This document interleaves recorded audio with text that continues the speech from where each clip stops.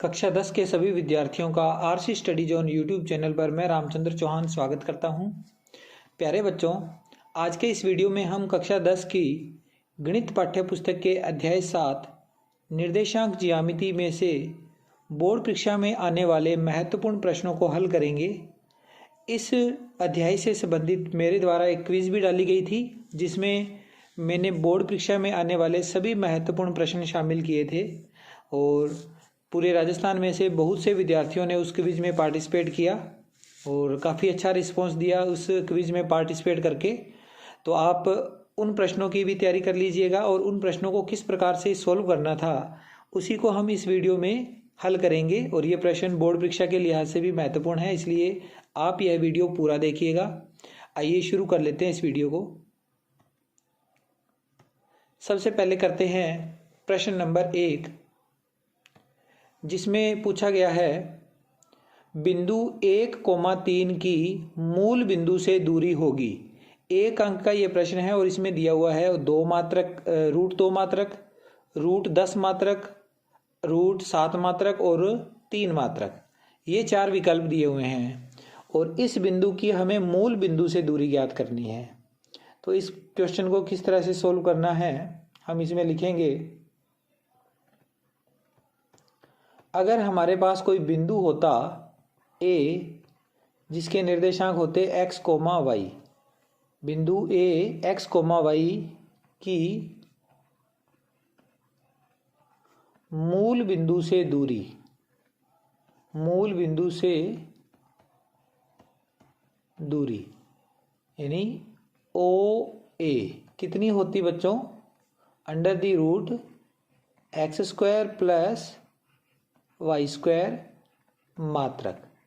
ये होता है फार्मूला कि किसी भी बिंदु की अगर मूल बिंदु से दूरी निकालनी हो तो हमें ये फार्मूला अप्लाई करना पड़ता है। ठीक है। अब हमारे पास जो बिंदु है वो है x का मान तो 1 है और y का मान 3 है, वो इसमें रखेंगे तो हमें क्या प्राप्त होगा? √x² यानी कि 1 का स्क्वायर और प्लस में y² यानी 3 का स्क्वायर। तो OA का मान आ जाएगा 1 का स्क्वायर 1 और 3 का स्क्वायर 9। 1 + 9 आ जाएगा रूट में, तो 1 और 9 होते हैं 10, तो रूट में 10 मात्रक आ गया और ये 10 मात्रक यही हमारा सही आंसर है। आगे बढ़ते हैं। इसके बाद अगला प्रश्न, प्रश्न नंबर 2, जिसमें हमसे पूछा गया है बिंदु -5, -2 की y अक्ष से दूरी होगी। y अक्ष से दूरी पूछी है, तो अगर कोई बिंदु हमें दिया हुआ है x, y, उस बिंदु की x अक्ष से दूरी अगर निकालनी हो, अगर हमें x अक्ष से दूरी निकालनी हो तो उसका y निर्देशांक हमें लिखना पड़ता है। और एक चीज़ और ध्यान देनी है, y निर्देशांक का धनात्मक वैल्यू लेना पड़ता है, इसलिए मैंने ये मोड का सिंबल लगाया है। इसी तरह से अगर इस बिंदु की y अक्ष से दूरी निकालनी हो, y अक्ष से दूरी, तो x निर्देशांक जो होगा उसका धनात्मक वैल्यू हमें लिखना पड़ता है। ठीक है। अब हमसे पूछा गया है y अक्ष से दूरी, तो y अक्ष के लिए अपने को ये जो x अक्ष का निर्देशांक है इसकी वैल्यू को लेनी है, तो जो कि -5 और इसका मोड करेंगे तो कितना आ जाएगा? 5 मात्रक। इस मोड का मतलब क्या है कि हमें केवल धनात्मक वैल्यू लेनी है। अगर माइनस में उत्तर आ रहा है तो उसे इग्नोर करना है, क्योंकि दूरियां कभी ऋणात्मक नहीं होती है, इसलिए हम इसकी माइनस वाली वैल्यू का आंसर नहीं लगाएंगे, हम प्लस वाला उत्तर ही सही मानेंगे। ठीक। इसके बाद अगला तीसरा प्रश्न है बिंदुओं 0, -4 और 3, 0 के बीच की दूरी है। हमें इसकी दूरी फाइंड करनी है, तो कैसे निकालेंगे? इसका फार्मूला होता है बिंदुओं अगर A बिंदु ले लें x1, y1 तथा दूसरा बिंदु अगर B ले लें जिसके निर्देशांक x2, y2 है, तो उनके बीच की दूरी क्या होती है? बीच की दूरी यानी ए बी कितनी होती है? Under the root x2 minus x1 का whole square plus y2 minus y1 का होल स्क्वायर मात्रक। ये है मेन फार्मूला। इसका उपयोग करके हम दूरी ज्ञात कर सकते हैं दो बिंदुओं के बीच की। तो अप्लाई करते हैं इस क्वेश्चन के लिए। ए बी दूरी फाइंड करनी है तो कैसे आएगी ए बी दूरी? Under the root formula apply करेंगे यहाँ पर। सबसे पहले x2 है 3, फिर माइनस x1 है 0, ठीक। फिर है y2 माइनस y1, तो y2 तो है 0, फिर माइनस y1 का मान माइनस का 4 है जो कि यहाँ प्लस का 4 हो जाएगा। तो ए बी की वैल्यू आएगी आगे हल करने पर 3 माइनस 0 3 यानी कि 3 का स्क्वायर और 0 प्लस 4 4 4 का स्क्वायर। तो आगे हल करेंगे इसे तो हमारे पास आ जाएगा 3 का स्क्वायर 9 और 4 का स्क्वायर 16, अर्थात ए बी की वैल्यू आ गई अंडर द रूट 25 और रूट 25 का मान होता है 5। तो इसका उत्तर आ गया 5 मात्रक आंसर। ऑप्शन नंबर हमारा हो गया सही बी ऑप्शन। चलिए आगे बढ़ते हैं। इसके बाद चौथा प्रश्न करते हैं। इसमें हमसे पूछा गया है बिंदुओं 2,3 और 2,-4 के बीच की दूरी होगी। इन दो बिंदुओं के बीच की दूरी हमें फाइंड करनी है। तो बिल्कुल पहले वाले प्रश्न की तरह ही है। पहले हम इसमें दूरी सूत्र लगाएंगे। तो पहले बिंदु लिखेंगे बिंदु ए x1, y1 तथा बी x2, y2 के बीच की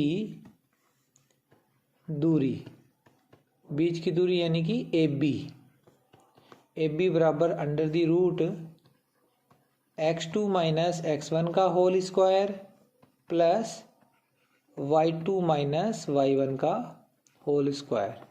ये है इसका फार्मूला। अब इस फार्मूले के अंदर हम अप्लाई करेंगे वैल्यू को दिए गए प्रश्न के अकॉर्डिंग। तो लिखेंगे इसमें ए बी दूरी अगर अपने को निकालनी है तो फार्मूला अप्लाई करते हैं। पहले लिखते हैं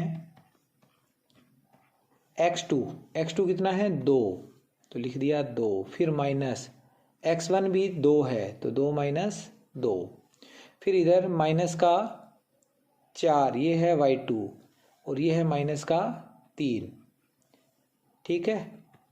ए बी बराबर अंडर दी रूट 0, 2 में से 2 घटाएंगे 0 का स्क्वायर और माइनस का 4 और माइनस का 3 माइनस का 7 का स्क्वायर। अब आ जाएगा रूट के अंदर 0 का स्क्वायर 0 और 7 का स्क्वायर 49 होता है तो माइनस 7 का स्क्वायर भी 49 होगा। तो ये आएगा ए बी बराबर रूट 49 और 49 का अगर रूट निकालेंगे तो ये आएगा 7 मात्रक आंसर। तो ऑप्शन नंबर इसका सही ऑप्शन है। अगला है प्रश्न इसमें 5वां, जिसमें पूछा गया है बिंदुओं ए -6,7 और बी -1,-5 के बीच की दूरी होगी। ये भी एक अंक का प्रश्न है। तो हालांकि हम इसको डायरेक्ट हल कर सकते हैं लेकिन हम इसको पूरा सिस्टमेटिकली ढंग से करेंगे। अगर एग्ज़ाम के अंदर 1 नंबर का प्रश्न ये आ जाए तो अपने को पूरा इसमें लिखना पड़ता है। तो पहले हम फार्मूला अप्लाई करते होते हैं तो फार्मूला लिखना पड़ता है। तो लिखेंगे बिंदुओं ए जिसके निर्देशांक है x1, y1 तथा बी x2, y2 के बीच की दूरी यानी ए बी बराबर under the root x2 minus x1 का whole square plus y2 minus y1 का होल स्क्वायर मात्रक। ये फार्मूला इसमें अप्लाई करेंगे तो हमारे पास आ जाएगा। इस फार्मूले के हिसाब से हम वैल्यू निकालेंगे। अब तो हमारे पास आएगा ए बी का मान अंडर दी रूट, पहले फार्मूला लिखेंगे तो हमें x2 लिखना है। x2 की वैल्यू है -1, फिर है x1 है -6, तो माइनस की 6 इस माइनस के कारण प्लस की 6 हो जाएगी। फिर है y2 -5 और ये है +7, लेकिन ये यहाँ पर -7 हो जाएगा। तो आगे हल करेंगे इसे, तो रूट के अंदर -1 और +6 +5 और इसका हो जाएगा स्क्वायर। ये दोनों ही रकम माइनस की है, -5 है, -7 है, तो -12 और -12 का स्क्वायर हो गया। तो ए बी की वैल्यू आगे सोल्व करने पर हमें मिल जाएगी 5 का स्क्वायर 25 और 12 का स्क्वायर 144। तो इस तरह से ए बी का मान आ जाएगा, रूट के अंदर इन दोनों का जोड़ करेंगे 169 और ए बी का मान आएगा 169 का वर्गमूल 13 मात्रक। तो इसका उत्तर भी हो गया ऑप्शन नंबर ब सही ऑप्शन। इसके बाद अगला प्रश्न है प्रश्न नंबर हमारे पास 6, जिसमें दिया गया है बिंदु -3,4 किस चतुर्थांश में है। 4 इसमें ऑप्शन दे रखे हैं, प्रथम चतुर्थांश में, द्वितीय में, तृतीय में या चतुर्थ चतुर्थांश में। तो आप इस क्वेश्चन को ऐसे समझ सकते हैं कि इस तरह से निर्देशांक ज्यामिति के अंदर 4 चतुर्थांश होते हैं, ये पहला, ये दूसरा, ये तीसरा और ये चौथा। अब होता क्या है, इस चतुर्थांश में अगर कोई बिंदु है तो उसका x निर्देशांक भी प्लस का होगा और y निर्देशांक भी प्लस का होगा। दूसरे चतुर्थांश में अगर कोई बिंदु आता है तो उसमें क्या होगा, x निर्देशांक तो माइनस का होगा और ये y निर्देशांक होगा प्लस का। तीसरे चतुर्थांश में क्या आएगा, इसमें x निर्देशांक माइनस का और y निर्देशांक भी माइनस का। और चौथे चतुर्थांश में क्या होता है, x निर्देशांक प्लस का और y निर्देशांक होता है माइनस का। अब आप इसमें देखो, जो क्वेश्चन दे रखा है उसमें देखो, ये माइनस की x की वैल्यू है और y की प्लस है। x की वैल्यू तो माइनस है, तो x की वैल्यू माइनस और y की वैल्यू प्लस, ये दूसरे चतुर्थांश में आ रहा है, यानी इस क्वेश्चन का उत्तर हो जाएगा द्वितीय चतुर्थांश। ठीक, आगे चलते हैं। इसके बाद अगला प्रश्न, जिसमें हमसे पूछा गया है, दी गई आकृतियों में बिंदुओं P, Q, R और S के निर्देशांक क्रमशः होंगे। यहाँ पर एक आकृति दे रखी है जिसमें हमें बताना है कि P, Q, R, S के निर्देशांक क्रमशः कौन से होंगे इन 4 ऑप्शंस में से। तो आप पहले देखो P बिंदु के निर्देशांक, ये रहा P बिंदु। तो P बिंदु के लिए अब आप यहाँ पर देखोगे 4 और 6 के बीच में 5 आता है, तो यहाँ लिख देंगे हम, इसका निर्देशांक है 5। फिर उसके बाद इधर है 2 और 4 के बीच में 3, तो पहला बिंदु है उसके निर्देशांक है 5,3। तो ऑप्शंस में देखो, एक तो यहाँ 5,3 लिखा है, यहाँ भी 5,3 लिखा है, यहाँ भी 5,3 लिखा है। तो ये वाला एक उत्तर कैंसिल आउट हुआ है, बाकी 3 अभी ऑप्शन पड़े हैं। Q बिंदु के निर्देशांक, ये है Q बिंदु, तो इसका x निर्देशांक कितना है, -4, x निर्देशांक है -4 और y निर्देशांक है +6। तो -4, 6 यहाँ पर भी है, यहाँ पर भी है और यहाँ पर भी है। तो ये तीनों ही ऑप्शंस अभी हमारे हैं। अब R बिंदु के निर्देशांक देखते हैं, तो आगे देखते हैं कि क्या चेंज होता है। R बिंदु के लिए x निर्देशांक कितना है, -3 और R निर्देशांक कितना है, y निर्देशांक कितना है, -2। दोनों ही माइनस के हैं। तो अब आप देखो, 2 तो पहले सही हो रहे थे, अब इसमें देखो ये दोनों माइनस के हैं, ये दोनों भी माइनस के हैं, तो ये वाला भी कैंसिल हो गया।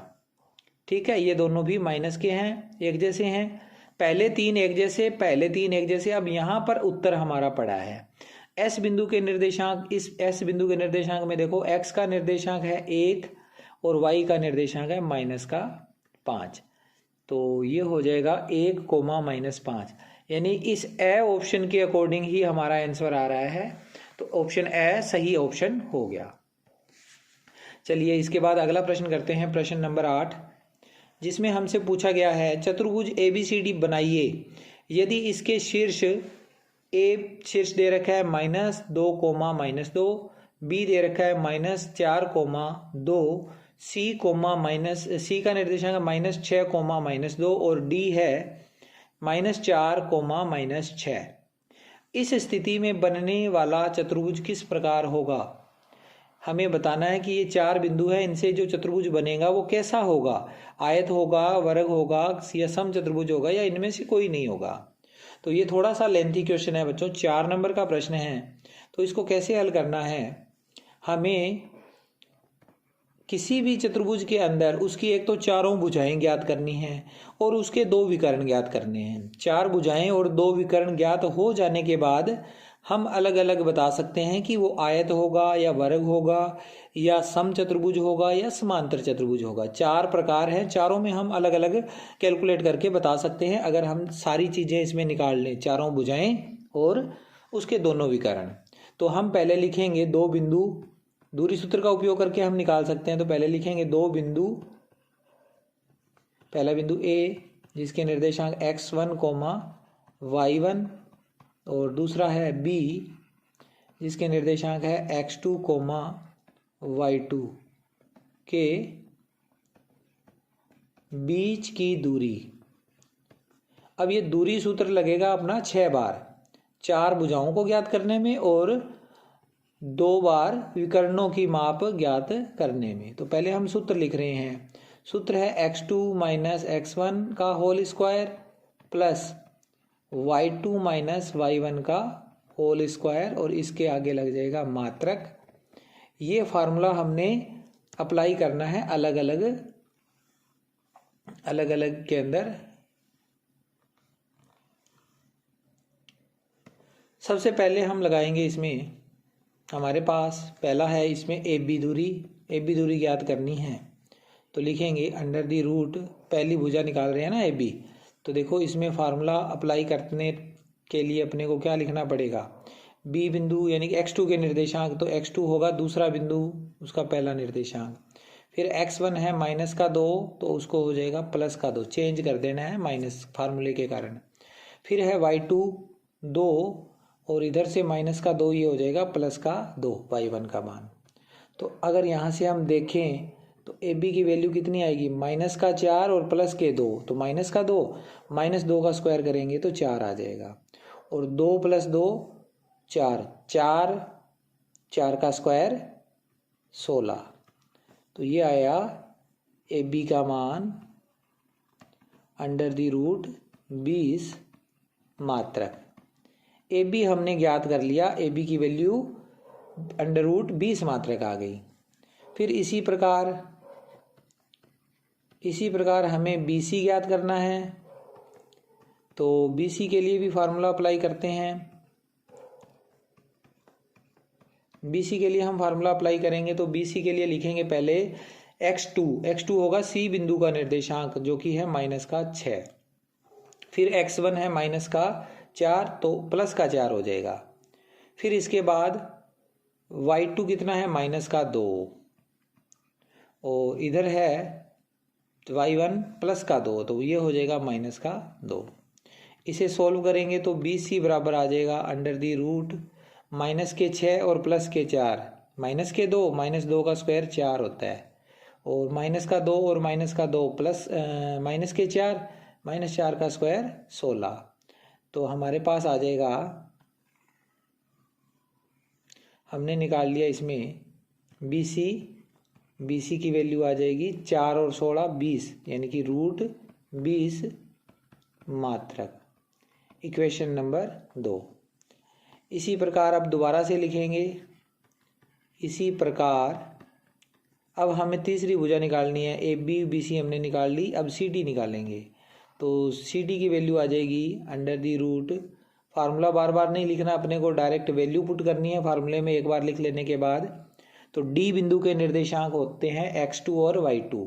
तो डी बिंदु के निर्देशांक है -4 और सी बिंदु के निर्देशांक है -6, y2 x2 x1 का मान तो +6 हो जाएगा। फिर है तो y2 कितना है? -6 और y1 कितना है? -2 जो कि +2 हो जाएगा। तो यहाँ से सी डी की वैल्यू आएगी अंडर दी रूट -4 और +6 तो +2 और +2 का स्क्वायर करेंगे तो 4 हो जाएगा।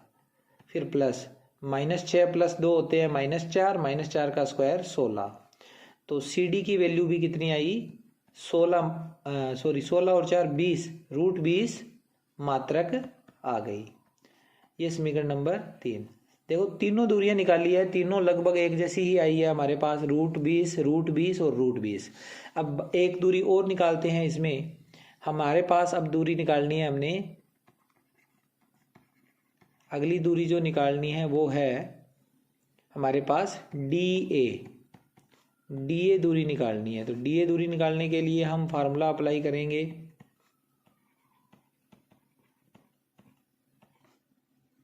फार्मूला इसमें अप्लाई करते हैं। सबसे पहले x2, अब इसके लिए x2 कौन सा होगा, A बिंदु का निर्देशांक x2 होगा जो कि -2 है। फिर x1 कौन होगा, D बिंदु का निर्देशांक जो कि -4 है, तो वो +4 हो जाएगा। फिर इसके बाद अगला जो मान अपने को निकालना है वो है y2 कितना होगा -2, A बिंदु का निर्देशांक। फिर इसके बाद y1 फार्मूले के अकॉर्डिंग तो -6 है, D बिंदु का निर्देशांक वो हो जाएगा +6। फिर इसके बाद आगे चलते हैं अपने इस सवाल के अंदर, आगे हल करेंगे इसे। तो DA कितना आ जाएगा, DA बराबर रूट के अंदर -2 और +4, +2 का स्क्वायर होता है 4, ये -2 है और +6 है तो +4 बचा, +4 का स्क्वायर किया तो 16 आ गया। तो यहाँ से DA कितना आया, रूट के अंदर 20 मात्रक। अब आप देखो चारों भुजाएं एक बराबर आ गई, AB, BC, CD और DA सारी एक जैसी आ गई। समीकरण नंबर ये अपने को 4 लिखनी है। समीकरण नंबर 4, वर्ग की 4 भुजाएं बराबर होती है और सम चतुर्भुज की 4 भुजाएं बराबर होती है। तो अब हमें ये डिसाइड करना है कि ये सम चतुर्भुज है या एक वर्ग है। तो अब हम विकर्ण निकाल लेंगे इसके। तो विकर्ण निकालते हैं इसके, लिखेंगे इसमें पहले कौन सा विकर्ण निकालें, विकर्ण AC under the root, formula इसमें लगाएंगे। विकर्ण निकालने के लिए पहले C बिंदु के निर्देशांक लिखेंगे। तो देख लेते हैं C बिंदु के निर्देशांक क्या है, एक बार अपने रीचेक कर लेते हैं दोबारा से। C बिंदु के निर्देशांक है -6 और -2। तो अब मैं डायरेक्ट वैल्यू यहाँ लिख रहा हूँ, -6 और -2। तो C बिंदु के निर्देशांक -6 तो यहाँ लिखा जाएगा x2 का मान, और y2 का मान यहाँ आएगा तो -2।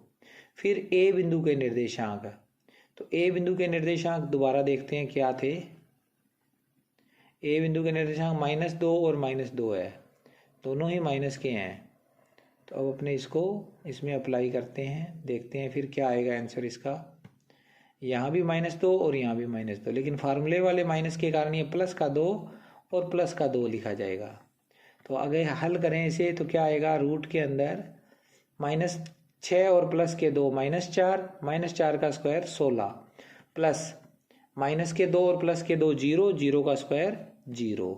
तो विकर्ण AC की वैल्यू आ गई √16, 16 का वर्गमूल निकालेंगे तो AC आ जाएगा 4 मात्रक। AC कितना आ गया, 4 मात्रक आ गया।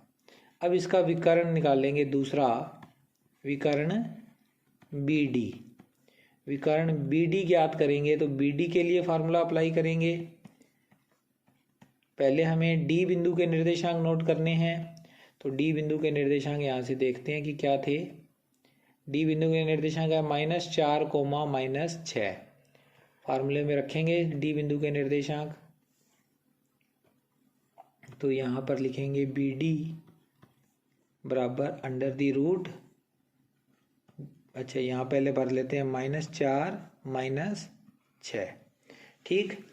और उसके बाद B बिंदु के निर्देशांक, B बिंदु के निर्देशांक फार्मूले के अंदर देखते हैं कि क्या, इस सवाल के अंदर देखते हैं कि क्या थे। B बिंदु के निर्देशांक -4,2 है, -4,2। तो -4,2 है तो इसका मतलब क्या हुआ, -4 होगा वो तो +4 हो जाएगा और 2 होगा वो -2 हो जाएगा। तो इस तरह से अपने पास आएगा, यहाँ पर आएगा -4 और +4 मिलकर कितना हुआ 0। तो 0 का स्क्वायर 0, 0 का स्क्वायर 0, प्लस -6 और -2 -8 और -8 का स्क्वायर 64। एक बार पुनः चेक कर लेते हैं, मेरे को ऐसे लग रहा है, डाउटफुल है कि ये माइनस वैल्यू सही लिखी है क्या। थोड़ा सा अपने बी बिंदु के निर्देशांक दोबारा देख लेते हैं। सही है, अभी हमने बी की वैल्यू एकदम सही लिखी है। अब हम इसको देखेंगे आगे कि क्या होता है। जब इसे आगे हल करेंगे तो हमारे पास वैल्यू आएगी इसकी, बी डी की वैल्यू रूट के अंदर 64 और आगे हल करेंगे तो बी डी बराबर आ जाएगा 8 मात्रक। अब आपने यहाँ नोटिस किया होगा कि भुजाएं तो बराबर थी चारों, लेकिन इसके विकर्ण बराबर नहीं आए। जब भुजाएं बराबर है, विकर्ण बराबर नहीं है, तो यहाँ हम लिखेंगे, क्या लिखेंगे, यहाँ लिखेंगे स्पष्ट है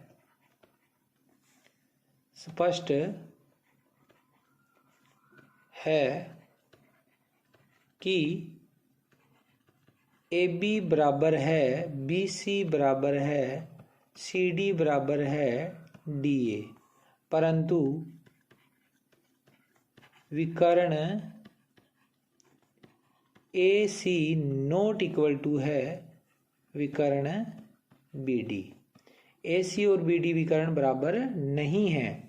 इसका मतलब क्या हुआ, दिए गए शीर्ष क्या बनाते हैं, एक समचतुर्भुज बनाते हैं। समचतुर्भुज जो होता है उसके अंदर क्या होता है, विकर्ण बराबर हो भी सकते हैं, नहीं भी हो सकते। तो नहीं हो है, इसका मतलब क्या हुआ, ये समचतुर्भुज है। अगर विकर्ण बराबर हो जाते तो वो एक वर्ग बन जाता, ये एक समचतुर्भुज है। तो ऑप्शन इसका कौन से वाला सही हो जाएगा, जहां लिखा हुआ है समचतुर्भुज, ऑप्शन नंबर स। ऑप्शन स इसका बिल्कुल सही ऑप्शन हो जाएगा। तो यहाँ स ऑप्शन पे अपने टिक कर देते हैं।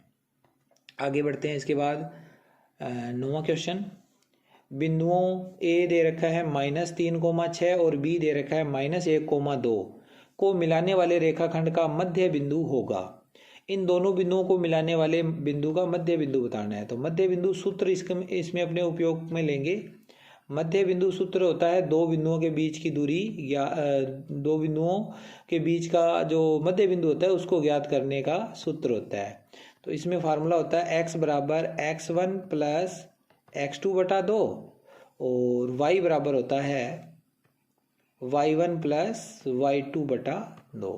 अगर हम x ज्ञात करना चाहेंगे तो देखो x1 प्लस x2 बटा 2, तो -3 और प्लस -1 और बटा में 2 हल करेंगे तो ये कितना आ जाएगा, -1 और -3 है, तो दोनों -4 -4 बटा 2 करेंगे तो x का मान आ जाएगा -2। x की वैल्यू कितनी आई, -2 आ गया। ठीक है। फिर इसी तरह से अगर हम y निकालेंगे तो y के लिए आप देखो क्या होगा, y1 प्लस y2, तो y1 का मान 6, y2 का मान 2, 6 और 2 8 बटा 2, यानी यहाँ से y का मान आ जाएगा 4। तो हमने x और y की वैल्यू निकाल ली जो कि हमारे मध्य बिंदु हो जाएंगे। -2,4 ऑप्शन नंबर ब सही ऑप्शन हो गया। ऑप्शन नंबर ब इसका सही ऑप्शन है। आगे है इसके बाद 10वां प्रश्न, शीर्ष दे रखे अपने को -2,1 2,-2 और 5,2 से निर्मित त्रिभुज का प्रकार होगा। ये भी काफ़ी अच्छा प्रश्न है बच्चों। इन तीनों ही बिंदुओं से निर्मित त्रिभुज का हमें प्रकार बताना है। तो हम क्या करेंगे, दूरी सूत्र का उपयोग करेंगे और चेक करेंगे कि तीनों भुजाएं जो त्रिभुज की है वो किस प्रकार की आती है, उनमें क्या रिलेशन होता है। तो इस बिंदु को A मान लो, ये B हो गया और ये C हो गया। तो दूरी सूत्र से अगर हम देखें, दूरी सूत्र क्या होता है, दो बिंदुओं के बीच की दूरी ज्ञात करने का सूत्र होता है, जिसमें हम लिखते होते हैं फार्मूला x2 माइनस x1 का होल स्क्वायर और प्लस y2 माइनस y1 का होल स्क्वायर। और इस सारे का ऊपर क्या लगा होता है, एक रूट लगा होता है। ठीक है, ये फार्मूला हमारा होता है दो बिंदुओं के बीच की दूरी ज्ञात करने का सूत्र। अब हम निकालेंगे, इसमें देखेंगे कि ए बी बी सी और ये कितनी कितनी आती है। तो अगर हम पहले ए बी दूरी ज्ञात करें, त्रिभुज कौन सा ले लें, इसका शीर्ष ले लें ए और बी, इसका नाम लिख दो यहाँ, ये ए बिंदु है, ये बी बिंदु है और ये सी बिंदु है। तो ए बी बिंदु के बीच की दूरी अपने अगर निकालना चाहेंगे तो वो कौन सी दूरी होगी, ए बी दूरी होगी, ए और बी बिंदु के बीच की दूरी। फार्मूला अप्लाई करते हैं। सबसे पहले फार्मूले के अंदर बी बिंदु के निर्देशांक क्या है, 2 कोमा -2, तो 2 यहाँ भर दो, यहाँ माइनस का 2 लिख दो। फिर ए बिंदु के निर्देशांक -2 कोमा 1 है, तो -2 तो हो जाएगा प्लस का 2 और प्लस का 1 है वो माइनस का 1 हो जाएगा।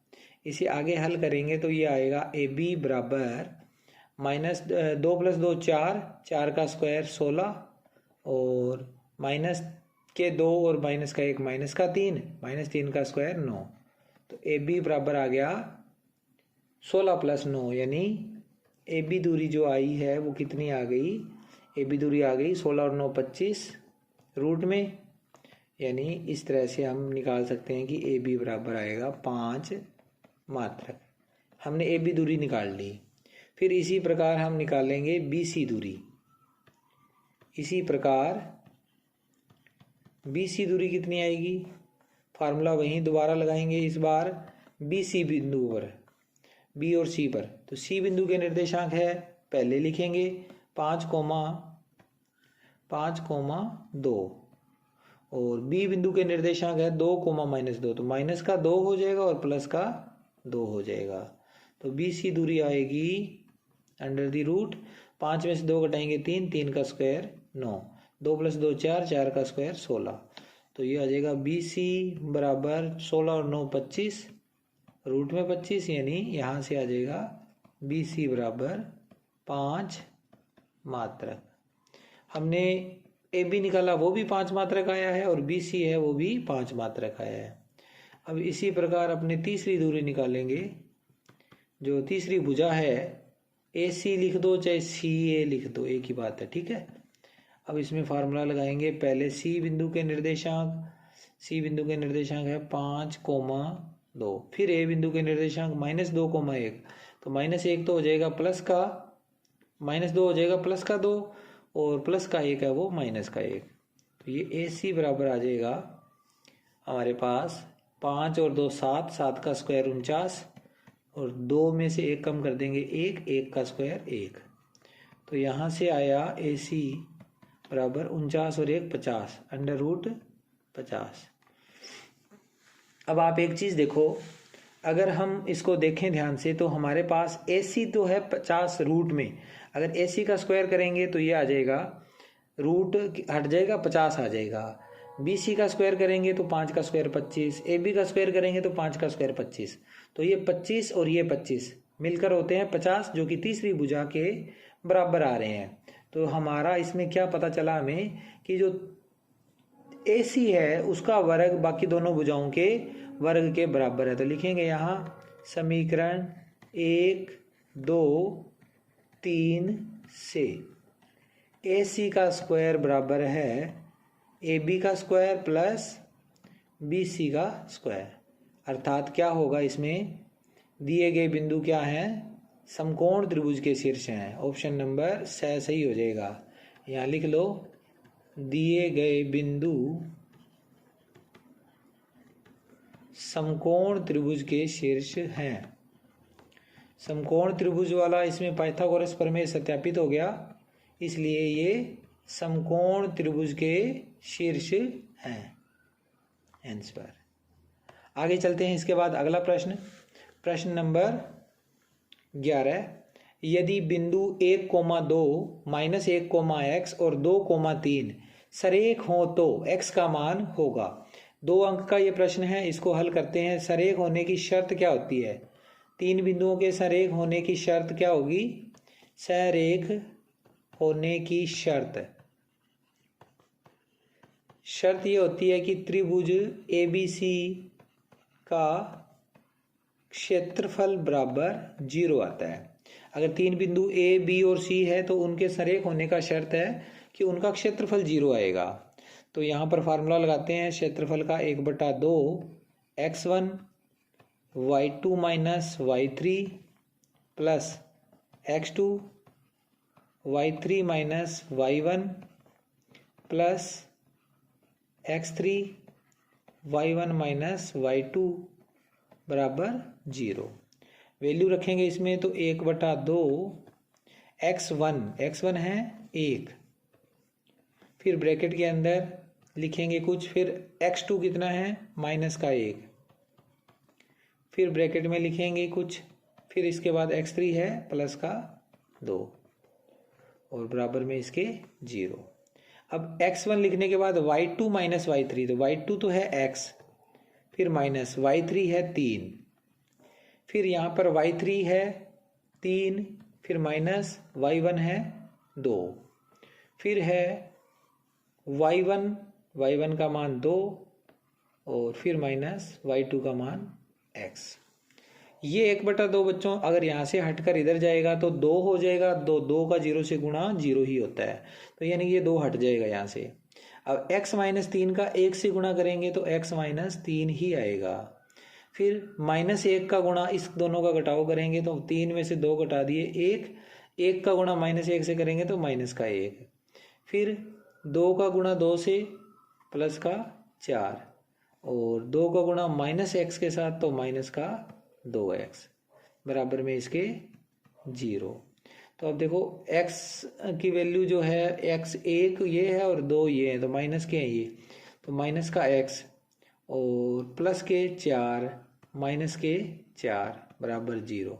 4 से 4 कैंसिल हो जाएंगे, 4 से 4 कैंसिल, तो हमारे पास बच गया -x बराबर 0, और यहाँ से अगर हम लिखें तो ये लिख सकते हैं कि x बराबर 0। ये हमारा इस क्वेश्चन का उत्तर हो गया, जो कि हम ऑप्शन नंबर ब पे है उसको टिक कर देंगे। आगे चलते हैं। इसके बाद अगला प्रश्न जिसमें हमसे पूछा गया है कार्तीय तल में किसी बिंदु 6,4 की कोटि होगी, तो कोटि उसका y निर्देशांक होता है और भुज होता है x निर्देशांक। तो कोटि पूछी है तो y निर्देशांक यानी कि ऑप्शन नंबर 4 राइट आंसर हो गया इसका। अगला है प्रश्न, इसमें किसी बिंदु की y अक्ष से दूरी उस बिंदु का डैश कहलाता है। तो y अक्ष से दूरी पूछी है तो x निर्देशांक होगा और x अक्ष से दूरी पूछी है तो y निर्देशांक होगा, तो ऑप्शन ए इसका राइट आंसर हो गया। प्रश्न नंबर 14, किसी बिंदु का भुज 4 और कोटि -3 है, वह बिंदु किसी चतुर्थांश में स्थित होगा। किस चतुर्थांश में होगा, तो आपको बताया था मैंने कुछ इस तरह से कि ये प्रथम चतुर्थांश, ये द्वितीय और ये तृतीय और ये होता है चतुर्थ। अब इसमें तो दोनों ही प्लस के होते हैं, इसमें x माइनस का होता है y प्लस का होता है, इसमें दोनों माइनस के होते हैं और इसमें क्या होता है x प्लस का और y माइनस का होता है।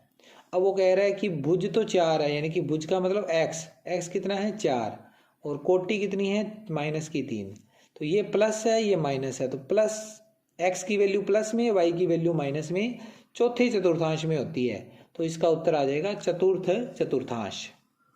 ठीक, इसके बाद आगे बढ़ते हैं। इसके बाद क्वेश्चन नंबर 15 करते हैं। तो 15वां क्वेश्चन करने से पहले अगर आपने अभी तक चैनल को अभी तक सब्सक्राइब नहीं कर रखा है तो चैनल सब्सक्राइब कर लें।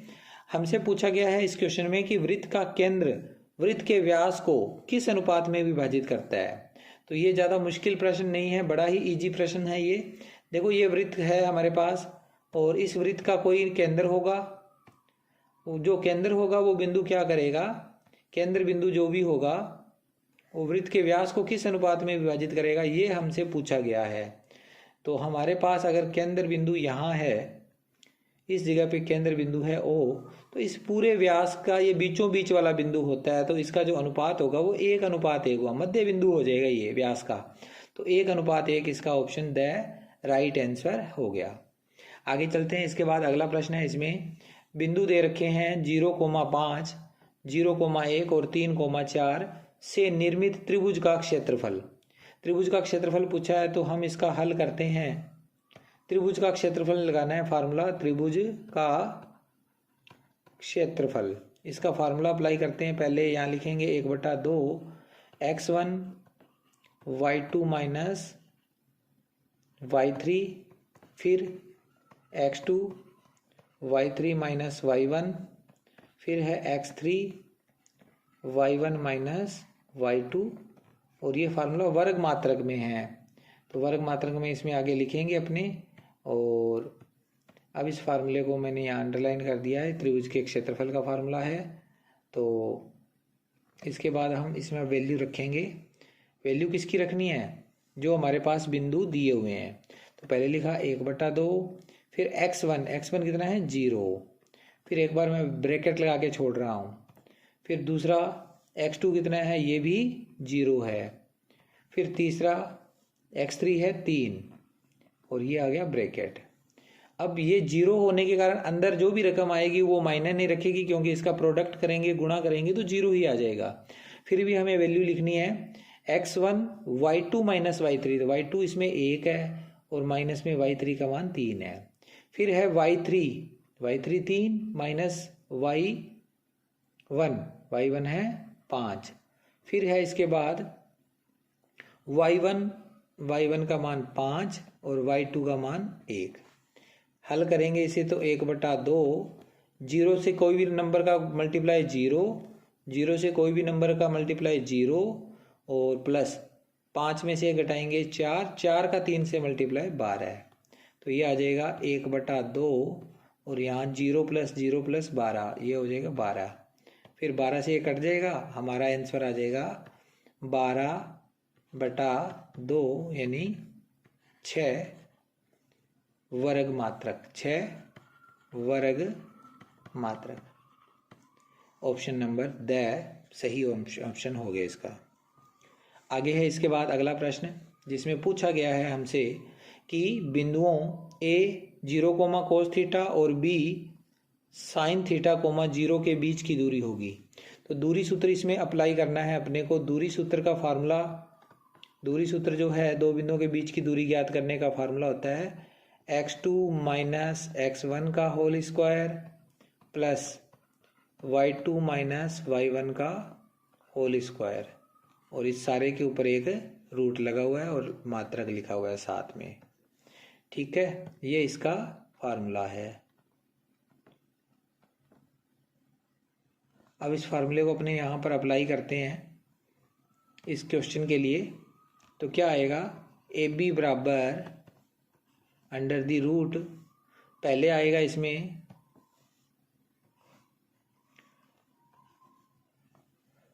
x2 यानी कि साइन थीटा, फिर माइनस x1 0 और इसका स्क्वायर, फिर है y2 कितना है 0, फिर माइनस कोस थीटा और इसका भी स्क्वायर। तो AB बराबर आ जाएगा रूट के अंदर साइन थीटा माइनस 0 होता है sine square theta, sine theta minus 0 sine theta और उसके ऊपर स्क्वायर है तो sine square theta, 0 minus cos theta minus cos theta और उसके ऊपर स्क्वायर है तो वो भी कोस स्क्वायर थीटा हो जाएगा, प्लस का ही हो जाएगा। और आप सभी जानते हैं सर्वसमीका नंबर पहली जो थी उसमें था कि साइन स्क्वायर थीटा और कोस स्क्वायर थीटा का जो योग होता है वो 1 होता है। तो ये आ जाएगा इस तरह से AB की वैल्यू बराबर 1 मात्रक। ऑप्शन ब सही ऑप्शन है। इसके बाद करते हैं प्रश्न नंबर 18, जिसमें दिया हुआ है बिंदुओं A 0, -1, B 2,1 और C है 0,3 से निर्मित त्रिभुज की भुजाओं के मध्य बिंदुओं से बनने वाले त्रिभुज का क्षेत्रफल होगा। 4 ऑप्शन दे रखे हैं। हालांकि हम इसका डायरेक्टली आंसर नहीं निकाल सकते क्योंकि 3 नंबर का प्रश्न है, बड़ा प्रश्न है, इसे सोल्व करना पड़ेगा। तो इसके लिए हम क्या करते हैं, एक त्रिभुज बना लेते हैं। पहले तो कुछ इस तरह से हमने एक डायग्राम बना लिया, एक त्रिभुज बना लिया। अब ये जो त्रिभुज है इसके शीर्षों के निर्देशांक हमें दे रखे हैं। ये मान लेते हैं कि पहला बिंदु A 0, -1 है, दूसरा बिंदु B जिसके निर्देशांक है 2,1 और तीसरा बिंदु C है जिसके निर्देशांक है 0,3। अब प्रश्न में ये कहा है कि इसकी भुजाओं के मध्य बिंदु ले लो, एक यहाँ पर, एक इसका मध्य बिंदु ये हो जाएगा, एक ही हो जाएगा। AB भुजा का मध्य बिंदु हम मान लेते हैं P, BC भुजा का मध्य बिंदु Q और AC भुजा का मध्य बिंदु R। यानी इन भुजाओं के मध्य बिंदुओं से बनने वाला जो त्रिभुज होगा उसका हमें क्षेत्रफल ज्ञात करना है। तो एक तो ये हो गया मध्य बिंदु,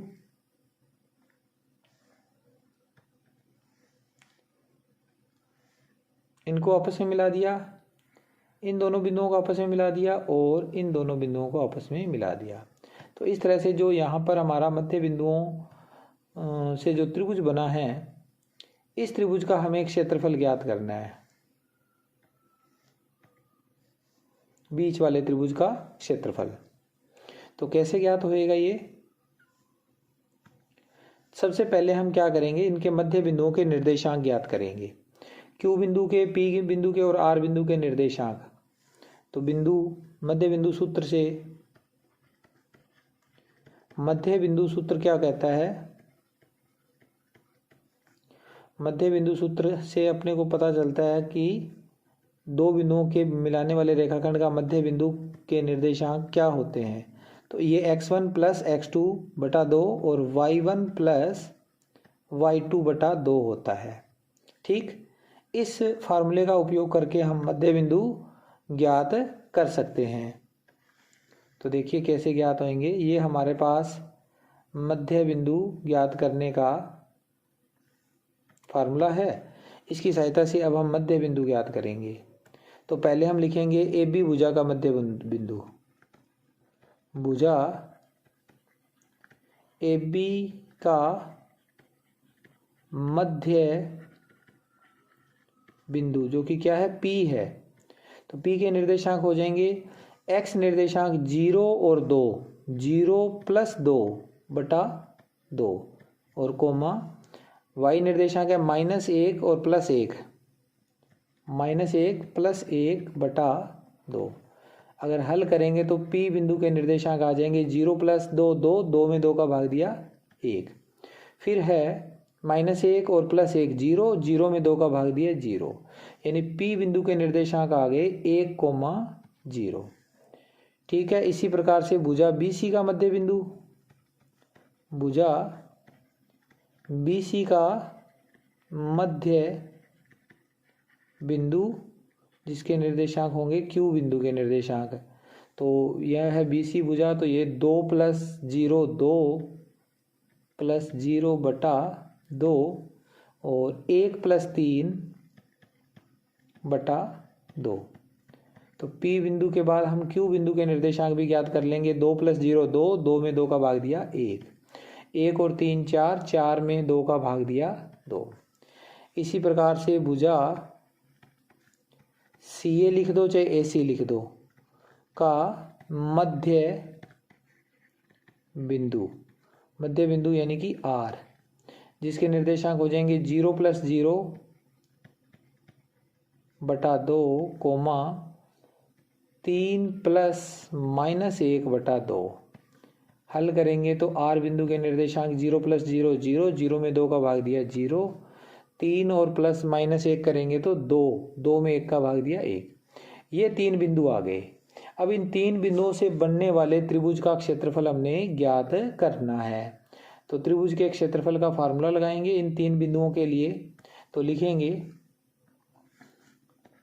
त्रिभुज का क्षेत्रफल, formula 1/2 x1 y2 - y3 plus x2 y3 - y1 plus x3 y1 - y2। ये है फार्मूला। इस फार्मूले के हिसाब से हम फार्मूले के अंदर मान रख के वैल्यू निकालेंगे त्रिभुज PQR का क्षेत्रफल। त्रिभुज PQR का क्षेत्रफल तो 1/2 x1 है इसका 1, फिर एक बार हम x2 लिख लेते हैं वो भी 1 है, और तीसरा x3 है 0। ठीक, अब देखो y2 कितना है 2, y2 है 2 माइनस y3 का मान है 1, फिर y3 1, फिर माइनस y1 है 0, फिर आगे इसके बाद यहाँ पर y1 है 0 माइनस y2 का मान 2। हल करेंगे इसे तो ये 1/2 2 में से 1 घटाएंगे 1, 1 का 1 से गुणा 1, 1 में से 0 घटाएंगे 1, 1 का 1 से गुणा 1, 0 में से 2 घटाएंगे -2, -2 का 0 से गुणा 0, तो ये आ जाएगा 1/2 और 1 और 1 2, तो उत्तर आ जाएगा इसका 1 वर्ग मात्रक, 1 वर्ग मात्रक। ये हमारा इसका आंसर है। अब हम आंसर चेक करते हैं कि कौन से वाला सही हुआ है। तो हमारा इस प्रश्न के लिए आंसर सही हुआ है, आंसर ऑप्शन नंबर स। ठीक है, तो इस तरह से ये क्वेश्चन करना था। आगे चलते हैं। इसके बाद अगला प्रश्न जिसमें हमसे पूछा गया है 19वें प्रश्न में, के किस मान के लिए तीनों बिंदु ये दे रखे हैं, तीनों बिंदु, और ये तीनों बिंदु क्या है, सरेखी है। 2 नंबर का ये प्रश्न है। तो सरेखी होने की जो शर्त होती है वो क्या होती है, 3 बिंदुओं के सरेखी होने की शर्त होती है कि तीनों बिंदुओं से निर्मित त्रिभुज का क्षेत्रफल 0 हो। तो लिखेंगे सरेखी होने की शर्त त्रिभुज का क्षेत्रफल बराबर 0। तो त्रिभुज का क्षेत्रफल का formula 1/2 x1 y2 minus y3 plus x2 y3 minus y1 plus x3 y1 minus y2 bracket close बराबर 0। 1/2 वैल्यू रखेंगे इसमें। देखो x1 कितना है 8, यहाँ 8 लिख दो, फिर एक बार ब्रैकेट छोड़ दो, फिर x2 कितना है k और ब्रैकेट छोड़ दो, फिर है x3 2, फिर ब्रैकेट छोड़ दिया बराबर 0। अब ये 1/2 यहाँ से हट के दूसरी तरफ जाएगा तो ये तो 0 ही हो जाएगा। अब हमें केवल यहाँ से स्टार्ट करना है 8 और अच्छा इसमें पहले वैल्यू रख देते हैं। वैल्यू रखेंगे, देखो y2 कितना है -4, y2 कितना है -4, फिर है y3 माइनस का 5 है तो प्लस का 5 हो जाएगा फार्मूले के माइनस की वजह से। फिर y3 का मान -5 और फिर y1 माइनस का 1 हो जाएगा, फार्मूले के हिसाब से माइनस लग गया और y1 का मान 1 है। फिर आगे इसमें y1 का मान 1, फिर माइनस y2 का मान -4 है तो वो +4 में बदल जाएगा। अब देखिए ये 8 माइनस का 4 और प्लस का 5 प्लस का 1, फिर प्लस का k और माइनस का 6, प्लस का माइनस का 5 और माइनस का 1 माइनस का 6, 2 और यहाँ पर आएगा 1 और 4 5 बराबर में 0। तो ये आ जाएगा 8 माइनस 6 का k से गुणा 6k और प्लस में 10 बराबर 0। 8 और 10 18 माइनस 6k बराबर 0, तो माइनस का 6k बराबर हो जाएगा -18 हो जाएगा, इधर आके 18, तो k का मान आ जाएगा -18 बटा -6। k का मान माइनस से माइनस कैंसिल हो जाएगा, 18 में 6 का भाग दिया 3, इसका k का उत्तर आ गया। 3 इस k की वैल्यू आ गई, जो कि ऑप्शन नंबर कौन सा दे रखा है अपने को, ब दे रखा है। तो ब ऑप्शन पे अपने को टिक कर देना है, ऑप्शन नंबर ब इसका राइट आंसर हो गया। ठीक, चलिए इसका लास्ट प्रश्न करते हैं, आज का महत्वपूर्ण प्रश्न लास्ट। बिंदुओं -3, 10 और 6, 8 को जोड़ने वाले रेखाखंड को बिंदु -1, 6 किस अनुपात में विभाजित करता है। 2 अंक का ये प्रश्न है। तो इसमें आप देखो क्या करना है आपको, एक रेखाखंड आपको दे रखा है इसके अंदर, जिसके लिए हमें क्या करना होगा, इस रेखाखंड का विभाजन बिंदु का सूत्र लगाना है। जैसे ये एक रेखाखंड दे रखा है जिसके निर्देशांक हमें दे रखे हैं, सिरों के निर्देशांक हम मान लेते हैं। पहला बिंदु A है -3, 10 और दूसरा है सिरा 6, -8। अब इसके ऊपर एक बिंदु है -1, 6, उस बिंदु का नाम हम P लिख देते हैं। ये P बिंदु इसे किस अनुपात में विभाजित करता है वो हमने ज्ञात करना है, यानी कि हमें M1 और M2 के मान निकालने हैं। मेन बात यही है। तो आप इसमें देखो विभाजन सूत्र से क्या होता है, विभाजन सूत्र पहले हम इसमें लगाएंगे। तो विभाजन सूत्र क्या कहता है कि x बराबर तो होता है M1x2 प्लस M2x1 और बटा में इसके बटा में M1 प्लस M2 और y बराबर क्या होता है m1y2 प्लस m2y1 बटा m1 प्लस m2। हम ये x वाला फार्मूला लगा सकते हैं क्योंकि यहाँ x की वैल्यू दे रखी है, तो हम इसमें लिखेंगे यहाँ पर x की वैल्यू रख के हम इसको निकाल लेते हैं। इसके दो पार्टीशन कर लेते हैं, एक तरफ हम इसको सोल्व कर लेंगे।